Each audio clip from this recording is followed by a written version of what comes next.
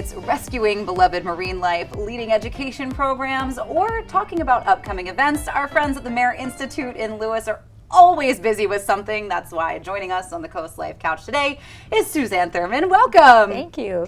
So you guys have an event coming up. There's a dolphin count. Yes. First, kind of tell me, what is a dolphin count? So this particular one is an informal population survey of the Atlantic bottlenose dolphin.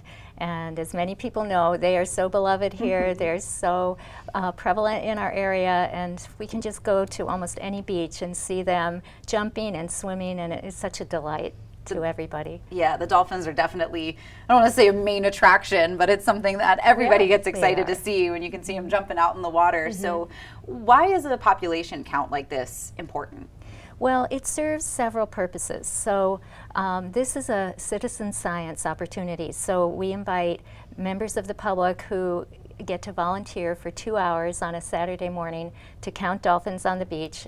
Very nice job. Yeah, and right? and it allows them to give just that much time, but still contribute to something meaningful. Their schedules might not allow them to be a full-time volunteer with us or something else. So they're collecting the data. They're trained. We give them instructions, and the data itself helps us to keep tabs on the overall populations. So for example, in 2013, there was a huge die-off of bottlenose dolphins. So we saw that the population decline. We're seeing it start to show signs of building back up, and it helps us know if there's something alarming, and if we should do something more in-depth, like an aerial survey or something beyond the dolphin count. Why was there such a big decline? You said 2013? Yes, there was a virus that affected the dolphins, so there was a huge die-off. And they're, like humans, they're very sociable, and it was a highly contagious virus. Oh my gosh. Yes. Okay, well, glad that it's not like that anymore. I'm glad it's not. Yeah. So can you take us through what it looks like then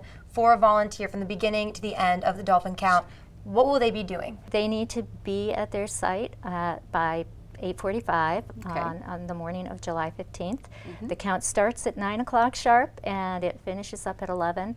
And they're going to record the dolphins going by, the numbers they see. They may see some calves or babies in the group. They'll record that information, environmental information, human activity, and they follow the form. And once it's completed and 11 o'clock rolls around, they get the forms back to us in several different ways, and they have done their part, and then we compile everything, and we try to post it on our website so people know what the count looked like that year. Awesome. Very cool. What a great way to volunteer. Just Right? sit on the beach and look at dolphins. Watch the dolphins go by. Yes. So is this, what's the sort of target age group, I guess, for volunteers for the dolphin count? This is open to anybody, so families can participate with younger children. It's a wonderful way to get them involved. We have a few sites that are easy to access if anybody has ambulatory issues, and so it's any age. We welcome any age. Fantastic. That sounds like a lot of fun. I know. Yes, very cool. So how can people who maybe, can people get involved if they can't even make this event? They can certainly get involved in other ways. They can become a member with our organization if they wanted to do that, or if they want to be one of our full-time volunteers, they can do that. And by full-time, I mean regular year-round volunteers. They don't have to work 40 hours a week or anything. But and we have fundraisers that are coming up.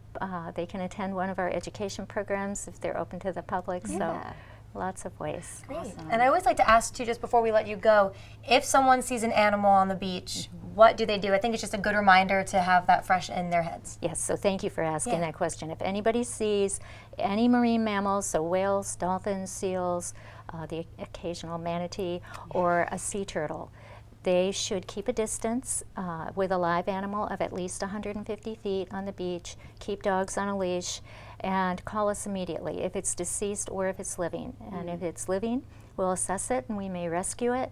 And if it's deceased, we'll conduct a thorough investigation to try to find out more about what happened to that animal. Yeah.